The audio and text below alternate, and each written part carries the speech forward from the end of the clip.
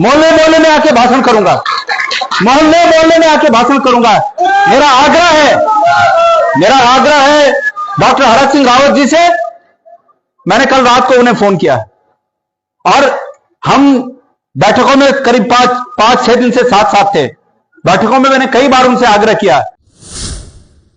मैं सबसे पहले आप सबको और श्रीनगर की नगर निगम क्षेत्र की महान जनता को इस रूप में धन्यवाद देना चाहूंगा कि आप सब लोगों ने बड़े जोश खरोश के साथ मीना रावत जी को, कांग्रेस प्रत्याशी को जो समर्थन देने का ऐलान किया है, जो मन बनाया है, इसके लिए मैं आप सबको बहुत बहुत धन्यवाद देना चाहता हूं। मैं बधाई देना चाहता हूं बहन मीना रावत जी को कि उन्हें कांग्रेस पार्टी का प्रत्याशी बनाया गया है।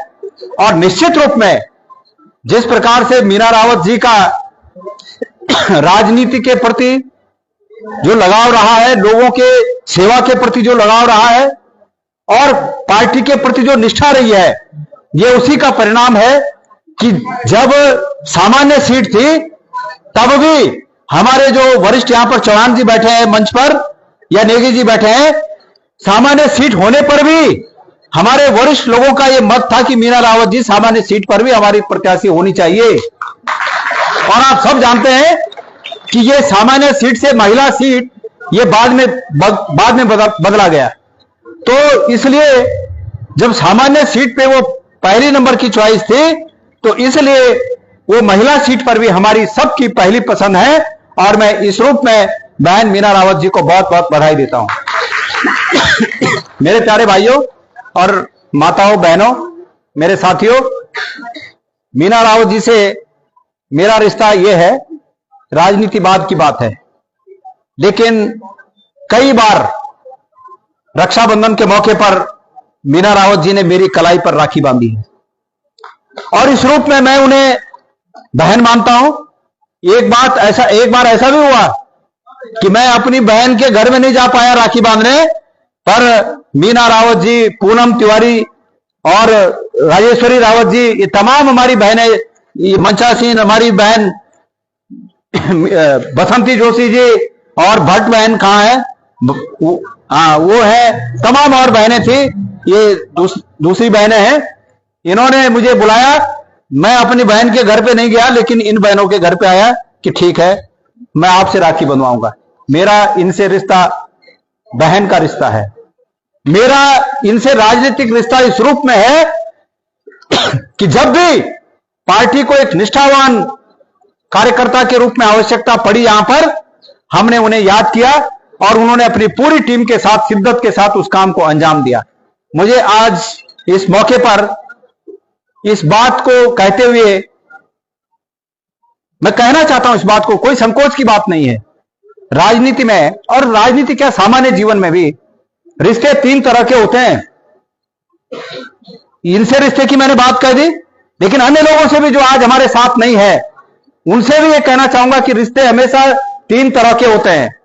रिश्ता होता है मिठास, रिश्ता होता है खटास, और अगर इससे आगे बढ़ गया तो कड़वाहट। लेकिन गणेश गोदियाल के रिश्ते, चाहे किसी ने गणेश गोदियाल का साथ दिया हो, कांग्रेस पार्टी का साथ दिया हो और न दिया हो, मैंने हमेशा कोशिश की कि मेरे रिश्ते पहले तो मिठास के रहें, और अगर न रहे तो कम से कम खटास तक बढ़े, पर कड़वाहट में न बदले। इसलिए मैंने कभी रिश्तों को कड़वाहट में नहीं बदला। और आज इस मंच से मैं आह्वान करना चाहता हूं उन लोगों का कि अगर किसी के साथ मेरे रिश्ते खटास के भी हैं, तो ये मौका है कि उन रिश्तों को खटास के बाद जिस प्रकार से फलों में पकने के साथ साथ खटास के साथ मिठास आ जाती है, उसी प्रकार इन रिश्तों को भी आज वापस मिठास में बदलने की आवश्यकता है। मैं आज सुबह जब उठा तो हमारे प्रदेश के 2-3 निगमों का रिजल्ट आना बाकी था कि किसको टिकट मिल रहा है। तो मैंने उठते ही सुबह 5 बजे पहले फेसबुक चेक किया, तो फेसबुक में 4 साल पहले एक पोस्ट आज आई जिसमें मैं पूनम तिवारी जी के साथ किसी मोहल्ले में सभा कर रहा हूं, और उसमें मैंने लिखा है, उस पोस्ट को करते हुए, उस फोटो को पोस्ट करते हुए लिखा कि बहन पूनम तिवारी ने नगर पालिका अध्यक्ष के रूप में अपने कार्य से और अपने व्यवहार से जो लोगों के मन में जगह बनाई है, यह सुनकर मुझे प्रसन्नता हो रही है कि हमारा चयन बहुत अच्छा था। मैंने ये लिखा उसमें। मैं आज उस बात को, क्योंकि वो 4 साल बाद फेसबुक में आ जाता है ना दोबारा, तो आज सुबह सुबह वो पोस्ट आई, और जब मैंने वो पोस्ट पढ़ी तो मैंने मन बनाया कि मैं पूनम जी को फोन करूंगा, और मैंने उन्हें फोन किया। हमारे बड़े भाई डॉक्टर हरक सिंह रावत जी साथ थे, हम साथ आए, मैंने उनसे विचार विमर्श किया, और हम लोगों ने यह फैसला किया कि परिवार में अगर कोई रुष्ट भी है तो उसको मनाए जाने की कोशिश होनी चाहिए। मैंने फोन किया और मैंने कहा कि मैंने हक से कहा, छोटी बहन के रूप में हक से कहा, मैंने कहा कि पूनम, गलती चाहे तुमसे हुई हो चाहे मेरे से हुई हो, नुकसान दोनों को हो गया है, मुझे भी हुआ और तुम्हें भी हुआ, लेकिन इस गलती को अब आगे मत बढ़ाओ। और इस सार्वजनिक मंच से मैं बहन पूनम से फिर एक बार निवेदन करना चाहता हूं कि इस लड़ाई में, यह लड़ाई आसान लड़ाई नहीं है। एक तरफ प्रदेश का सबसे भ्रष्ट मंत्री जिसने इस चुनाव को अपनी प्रतिष्ठा से जोड़कर और धन की शक्ति के आधार पर यहां का जो मतदान होगा उसको प्रभावित करने की चेष्टा रखते हैं, एक तरफ वो है और एक तरफ हम लोग हैं। क्या हमें दुख नहीं है कि पूनम तिवारी जी जो 5 साल के लिए चुनी गई थे, धन सिंह रावत जी ने मिनट मिनट में अपने मंत्री होने के प्रभाव के कारण अधिकारियों के द्वारा उनको परेशान किया, और 2 साल में 2.5 साल में, जबकि नियम में नहीं है ऐसा। और मैं तो न्यायालय के फैसलों से भी सहमत नहीं हूं कि न्याय के लिए अगर न्यायालय में चले जाता आदमी, उसको वहां भी न्याय न मिले, तो मैं समझता हूं कि लोकतंत्र की उस अवधारणा पर गहरी चोट है ये। तो ऐसे मौके पर हम सबको एक होने की आवश्यकता है। आज भारतीय जनता पार्टी के जो लोग इस रूप में अपने को छेड़ा हुआ महसूस कर रहे हैं, अपने को पीड़ित महसूस कर रहे हैं कि उनके हक को धन सिंह रावत जी ने उनके हक को छीनकर अन्य लोगों में बांटने का काम किया, जो इस रूप में महसूस कर रहे हैं, उन्हें याद आ रहा होगा कि गणेश गोदियाल इस क्षेत्र से 5 साल विधायक रहा, लेकिन गणेश गोदियाल ने कभी राजनीतिक प्रतिस्पर्धा के चलते और राजनीतिक मनोभाव से पूर्वाग्रस्त होकर कभी किसी का अहित नहीं किया। आज उन्हें जरूर याद आ रहा होगा। बतेरो में कल मैंने सुना कि अपने भाषणों में इस बात को कहा भी। तो मेरे प्यारे भाइयों, मैं श्रीनगर की जनता को, क्योंकि समय बहुत हो रहा है, हमें नॉमिनेशन के लिए जाना है, भाषणों के लिए तो मैं अब 20 दिन यही हूं, मोहल्ले में आके भाषण करूंगा, मोहल्ले में आके भाषण करूंगा। मेरा आग्रह है डॉक्टर हरक सिंह रावत जी से।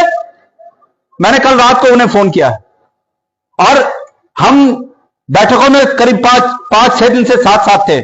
बैठकों में मैंने कई बार उनसे आग्रह किया, कल रात को भी मैंने आग्रह किया। आपने बड़प्पन दिखाते हुए आप यहां पर आए, हम सबकी ओर से आपका हार्दिक स्वागत है, अभिनंदन है। और कहते हैं ना कि मजबूती के साथ लकड़ी एक एक करके टूट जाती है, अगर अलग अलग रखो तो टूट जाती है, लेकिन अगर संगठन में है, इकट्ठा है, तो लकड़ी का गट्ठर टूटना आसान नहीं होता है। इसलिए हम सब लोग भाई साहब आपके साथ, आपके पीछे एक होकर हम आपसे निवेदन करते हैं कि नगर पालिका के इस चुनाव में आपने महत्वपूर्ण भूमिका अदा करके बहन मीरा रावत जी की जीत सुनिश्चित करनी है। मैं पुनः एक बार श्रीनगर की जनता से, जो पढ़ी लिखी जनता है, पूरे उत्तराखंड में इस बात की चर्चा होती है कि श्रीनगर के मतदाता पढ़े लिखे मतदाता हैं। मैं उन पढ़े लिखे मतदाताओं से अपील करना चाहता हूं कि सब वादों को बगल करके, सब राजनीतिक पार्टियों के बंधनों को बगल करते हुए, इसलिए मीरा रावत जी को अपना आशीर्वाद दें कि अगर ऊपर से लेकर नीचे तक एक ही तरह के लोग हुए तो भ्रष्टाचार को गुणात्मक वृद्धि मिलेगी श्रीनगर में। लेकिन अगर मीरा रावत जी जीते तो चूंकि ये कांग्रेस पार्टी से हैं और सरकार बीजेपी की है, तो इन्हें भी मौका नहीं मिलेगा कुछ गलत करने का, और सरकार की भी नजर रहेगी कि कोई गलत न करे। इसलिए आवश्यक है कि इस क्षेत्र में, पूरे उत्तराखंड में कांग्रेस के प्रत्याशियों को जिताना जनता के हित में होगा, ताकि भाई ईमानदारी से सब काम हो सके। और सब बीजेपी का जीतेला तो भितरों का ना सिन बेटिंग सब चवट कर जाना थे ना, और आज दिन तुम खो जाना, तुम रह जा तब खो जा। तो यह जनता के हाथ में एक मौका है, यह जनता के हाथ में एक मौका है कि जनता, केंद्र की सरकार वही, राज्य की सरकार वही, और हमारी स्थानीय सरकार भी अगर वही होगी तो ये सब एक जुमा वाले लोग ये अंदर बैठकर चमट कर रहे हैं। अभी नगर पालिका में कितने भ्रष्टाचार हुए, अपने अपने अपने लोगों को चुन चुनकर रजिस्टर्ड ठेकेदार बनाया जा रहा है, दूसरों के लिए रजिस्ट्रेशन बंद कर दिया गया। ये सब क्या है? अगर इस चीज से मुक्ति पानी है, अगर चाहते हो कि वैसे तो श्रीनगर में नगर पालिका थी, क्या बुरा था, लेकिन धन सिंह रावत जी को था कि मेरे को नहीं मिल रहा, मेरे को नहीं मिल रहा। और जब जब जब मतलब एक चुनी हुई अध्यक्ष को अपदस्थ करना और उसके बाद नगर पालिका में अधिकारियों के माध्यम से जबरदस्त भ्रष्टाचार कराना, यह पिछले 2 साल के कार्यकाल का परिणाम है। पिछले 2 साल में यही हुआ है। इससे मुक्ति पानी है तो इसलिए आवश्यक है कि मीना रावत जी को आप लोग अपना बहुमत, अपना आशीर्वाद दें, अपना मत दें। और बाकी ऐसा है, होता है चुनाव में सब लोग कोशिश कर रहे हैं, लेकिन सवाल यह है कि लड़ाई 2 ही कैंडिडेट के बीच है। सच्चाई यह है कि लड़ाई 2 ही कैंडिडेट के बीच है। मैं अन्य सभी लोगों से भी निवेदन करना चाहता हूं कि एक होकर भारतीय जनता पार्टी का मुकाबला करने के लिए हम लोग सब साथ चलें और इस जीत को सुनिश्चित करें। समय ज्यादा हो रहा है तो अब और सीधा बहन जी को बुला दूं। मैं ही खुद आपको आमंत्रित करता हूं कि आप आकर यहां पर अपने विचार यहां पर आप सबके सामने अपनी अपील के रूप में यहां पर रखें। और आप सबका बहुत बहुत धन्यवाद।